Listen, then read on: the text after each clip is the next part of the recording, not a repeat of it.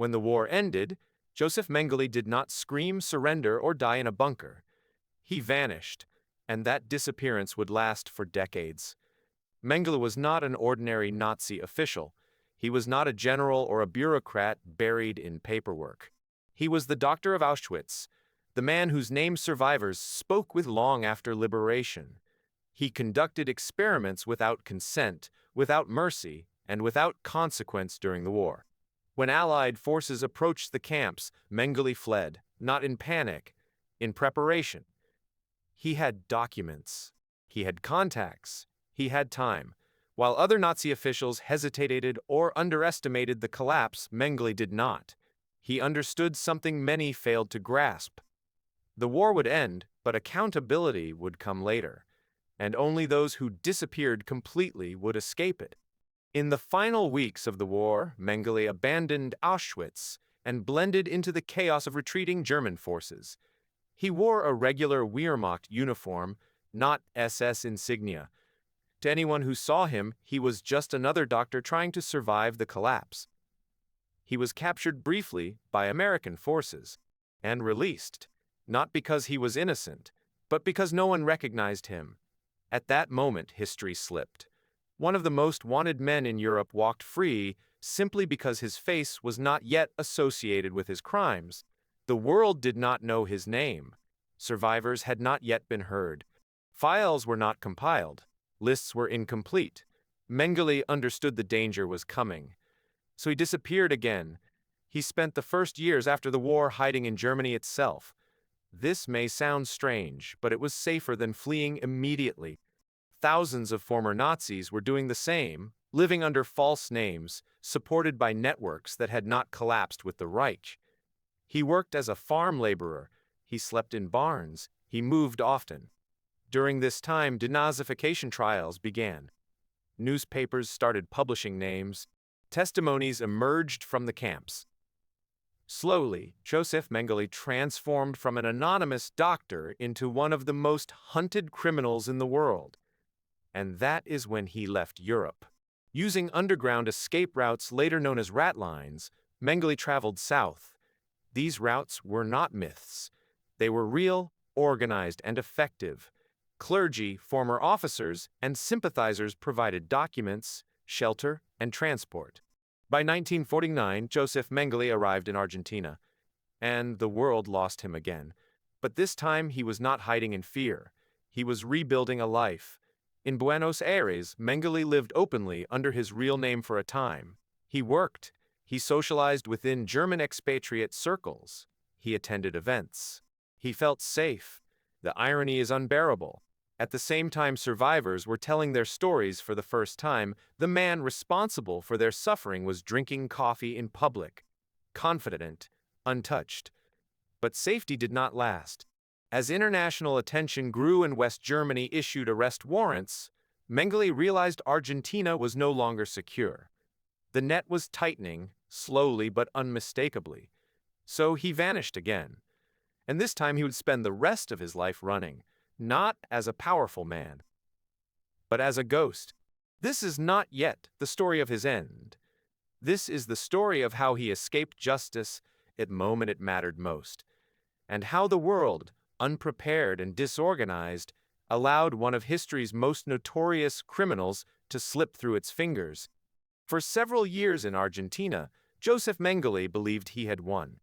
Not publicly, not politically, but personally. He walked us to Buenos Aires openly, surrounded by a German-speaking community that asked no questions and offered quiet protection. In those early post-war years, Argentina under Perón was welcoming to former Nazis. Engineers, officers, doctors all found refuge there, not always hidden, sometimes openly celebrated for their skills. Mengele felt safe enough to use his real name. He registered businesses. He received money from his family in Germany, who continued supporting him long after the world knew his crimes. He did not live like a fugitive. He lived like a man waiting for time to erase his past. But time did the opposite. Survivors began speaking. Trials exposed names. Journalists connected dots. Josef Mengele became infamous. And notoriety is poison for men like him. By the late 1950s, West Germany issued a formal arrest warrant. Suddenly, the protection that had felt permanent began to crack. Friends became cautious. Hosts closed doors. Whispers spread that Israeli intelligence was watching. When Adolf Eichmann was captured in Argentina in 1960, Mengele panicked. This was the turning point. If Eichmann could be taken from his home, so could he. Mengele fled Argentina within days, slipping across borders with false documents, moving through Paraguay and eventually Brazil. Each move stripped away another layer of his former confidence. He stopped living openly. He stopped using his name. He stopped trusting anyone fully. From this point forward, his life became smaller and lonelier. In Brazil, Josef Mengele did not live the life of a mastermind hiding in luxury. He lived in dependency. On sympathizers, on former Nazis, on families who tolerated him for ideological reasons or out of fear of exposure. He moved between rural farms, sleeping in spare rooms, barns, and isolated properties far from attention. The man who once commanded life and death now relied on others for food, shelter, and silence. Meanwhile, the hunt intensified. Israeli intelligence searched for him repeatedly. West German authorities pressured South American governments. Rumors placed him everywhere and nowhere at once. But Mengele was careful. He avoided cities. He avoided phones. He avoided hospitals even as his health deteriorated. Paranoia ruled his life. He believed he was constantly watched. He carried weapons. He trusted almost no one. Even those helping him described him as bitter, angry, and obsessed with his former status. He never expressed remorse. Not once. In letters to his family, he framed himself as a victim, persecuted, misunderstood, wronged by history.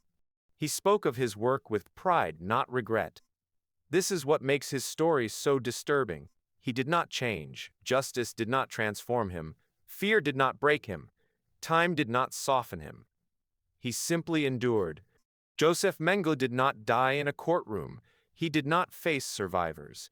He did not hear verdicts. He did not speak his last words to judges. In 1979, while swimming off the coast of Brazil, Josef Mengele suffered a stroke and drowned. He died anonymously, buried under a false name.